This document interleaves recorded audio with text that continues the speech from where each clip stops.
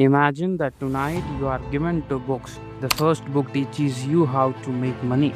The second teaches you how to control your mind. Most people chooses the first.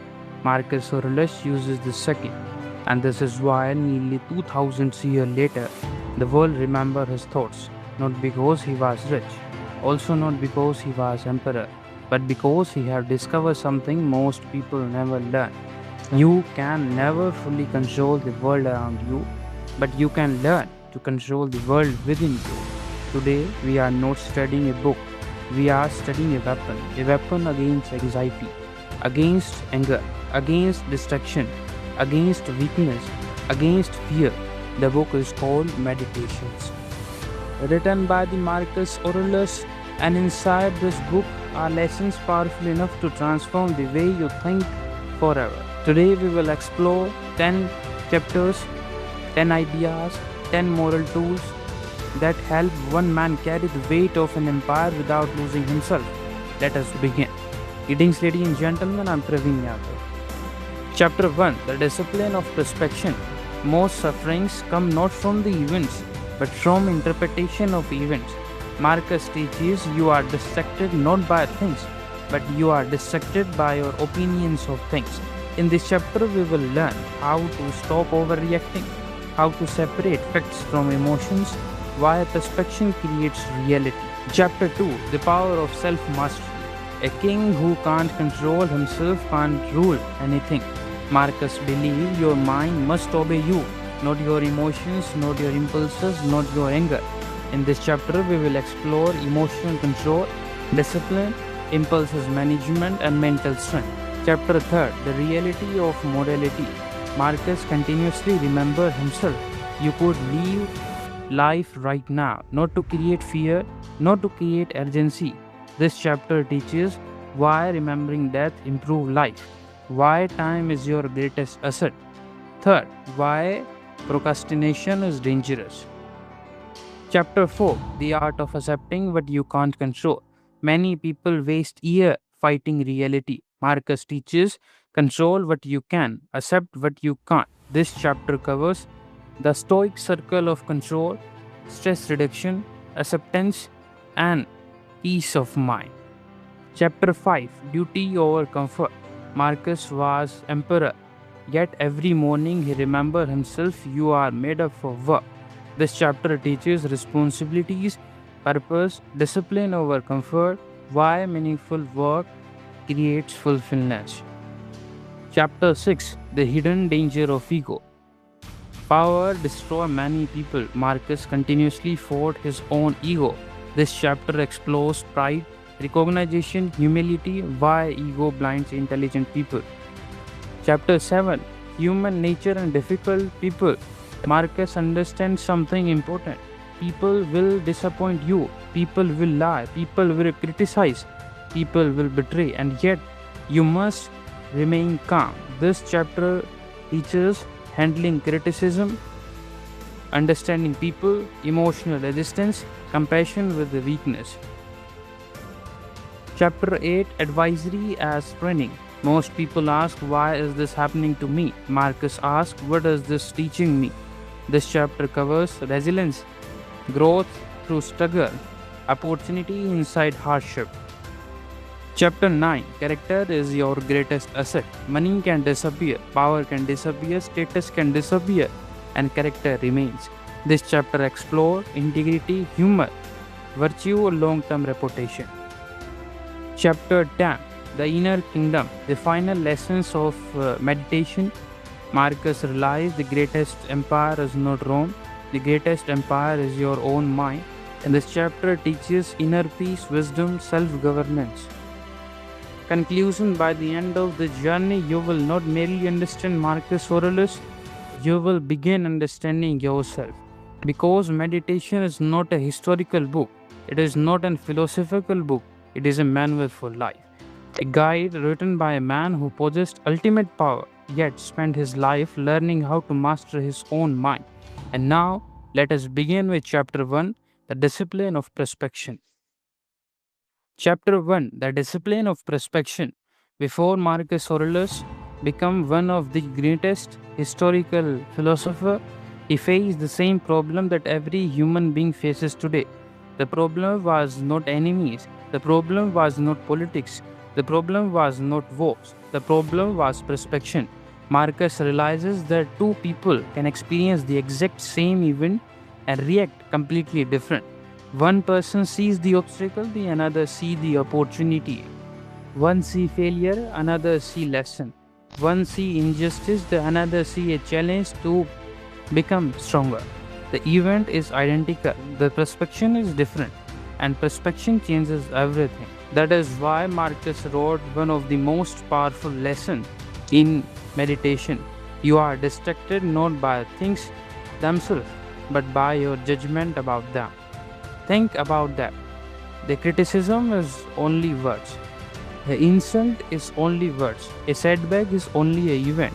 Yet our mind often turns small problem into giant suffering. Why? Because we immediately attach meaning. We tell ourselves stories. We assume the worst. We imagine destruction. Marcus teaches us to pause, to separate facts from emotions, to ask what actually happened, not what I am afraid about. The simple habit creates clarity, and clarity creates strength. Because a calm mind sees solution, a panic mind sees only problems. Marcus understands that we can't always control events, but we can control how to interpret them. And that is where true power begins. The person who masters perception becomes difficult to manipulate, difficult to discourage, difficult to defeat. Because they understand a timeless truth. Life is not always determined by what happened to you. Life is often determined by how you choose to see what happened. Chapter 2: The Power of Self Mastery. Imagine ruling the largest empire on earth. Billions of people obey your command. Journals follow your orders. Nations respect your authority. You possess wealth, power, status, everything. Yet Marcus Aurelius believed none of that matters if one thing was missing: self mastery. Because what is the value of ruling an empire if you can't control yourself? Marcus understands that the greatest battles are not fought on battlefield. They are fought inside the human mind. The battle against anxiety, the battle against laziness, the battle against fear and ego. Every day people lose opportunity not because they lack talent, but because they can't control themselves. A person becomes anger and destroy a relationship. A person becomes impatient and abandon a goal. A person becomes fearless and never takes action. A person becomes arrogant and stop learning. Marcus saw these as form of self-defeat. He believed freedom was not doing whatever you want. Freedom was controlling the impulses that try to control you. This is why we constantly remember himself. You have power over your mind, not others' events. Notice what he did not say. He did not say you control other people. He don't say that you can control the circumstances. He don't say that you control the future. He just say you control your mind. And if you can control your mind, you can remain calm under chaos, focused under distraction, disciplined under temptation, strong during adversity. Self-mastery is not achieved in one day. It is built decision by decision, moment by moment, thought by thought. Every time you choose discipline over comfort, you become stronger. Every time you choose patience over anger, you become stronger. Every time you choose actions over excuses, you become stronger. Marcus teaches us that the strongest man in the room is not always the loudest, not always the richest, not always the most powerful. The strongest person is often the one who has learned to command himself, because the man who conquers himself possesses a victory that can't easily be taken away. Chapter 3: The Reality of Mortality. This is one truth that every king, every emperor, every warrior, every businessman, and every ordinary man shares. One day, their time will end. Marcus Aurelius never ignored this fact. In fact, he thought about it often, not because he was pessimistic, not because he was afraid, but because he understood something most people forgot. The awareness of that gives the value of life. Most people live as if they have ultimate time. They postpone their dreams, they postpone their discipline, they postpone important conversation, they postpone becoming the person they wish to be, always believing there will be another chance, another year, another opportunity. Marcus disagreed. He remained himself, he could live life right now. Think about that. Not tomorrow, not next year, right now. And suddenly many of things we worry about become smaller. The insult becomes stronger. The argument becomes small. The ego becomes small. The fear becomes small. Because when time becomes precious, clarity appears. Marcus wanted people to understand that morality is not a reason to fear life, it is the reason to appreciate it. Every sunrise become valuable, every opportunity become valuable, every day become valuable. Because none of them are guaranteed. The greatest trajectory is not death. The greatest trajectory is reaching the end of life and realizing you never truly live. You never possessed your purpose. You never develop your potential. You never become what you are capable of becoming. Marcus teaches us, don't act as if you will live forever. Use today. Use this moment because time is one of the precious thing in this world. Money can return, opportunity can return, status can return, time never returns. And the person who understands this begin living differently, with urgency, with purpose, with gratitude. Chapter 4: The Art of Accepting What You Can't Control. One of the greatest reasons people suffer is simple. They try to control things they can't control. They want to control other people's opinion, other people's actions, the weather, the economy, the future, the past. And then reality refuses to obey them. They become frustrated. Marcus Aurelius sees this everywhere and he discovers a simple principle. Life becomes easier when you separate two things, what you can control and what you can't control. You can control your efforts, your attitude, your decision, your discipline, your response. You can't control the past, other people, expected, unexpected events, the opinion of strangers. Yet most people spend more energy on the second list than the first. That is why they feel powerless. Marcus teaches us to focus where our energy is matters. Imagine a sailor at sea. Can he control the wind? No. Can he control the storm? No. Can he control the ocean? No. But what he can control is sails. And that's enough. People, you can't control every circumstances, but you can control how you respond. And what response determine your future. Acceptance is not weakness. Acceptance is wisdom. It is understanding reality clearly, because when you stop fighting reality, you can start improving it. Marcus understands that peace comes when you stop demanding that life follows your plan and instead learn how to adapt. The strongest people are not those who control everything. The strongest people are those who remain steady when they can't. That is why Marcus teaches, if it is outside your control, you do not allow it to control your mind. Because freedom begins the moment you stop trying to command the uncontrollable and start mastering what you has already in your hands: your thoughts, your choices, your character. Chapter 5: Duty over Comfort. Every morning Marcus Aurelius faced a battle, not against enemies, not against rival kingdom, not against invading enemy, a battle against comfort. Imagine waking up as an emperor of Rome, unlimited power, unlimited wealth, servant waiting for your command, the ability to avoid responsibility if you wished. Yet Marcus would remember himself at dawn. When you have trouble getting out your mind, tell yourself, I have to go to work as a human being. Then a remarkable thought. Most people believe happiness comes from comfort. Marcus believes fulfillment comes from purpose. That's just the difference. Comfort feel good temporarily, purpose feel meaningful temporarily. Comfort asks what is easiest, duty asks what is necessary, and history remember those who choose duty, The soldiers standing guard in winter, the soldiers standing guards in winter, the parents suffering for their children's, the students studying while others sleeps. Greatness is rarely comfortable. Marcus understands that human beings are created for action, for contribution, for responsibility, for service. A knife fulfill its purpose by cutting. A tree full its purpose by growing. A human fulfill his purpose through meaningful actions. That is why comfort becomes dangerous when it becomes a lifestyle, because comfort slowly weakens ambitions, weakens discipline, weakens character. Marcus teaches, do what your nature requires. Do what your nature requires, not what your laziness desire.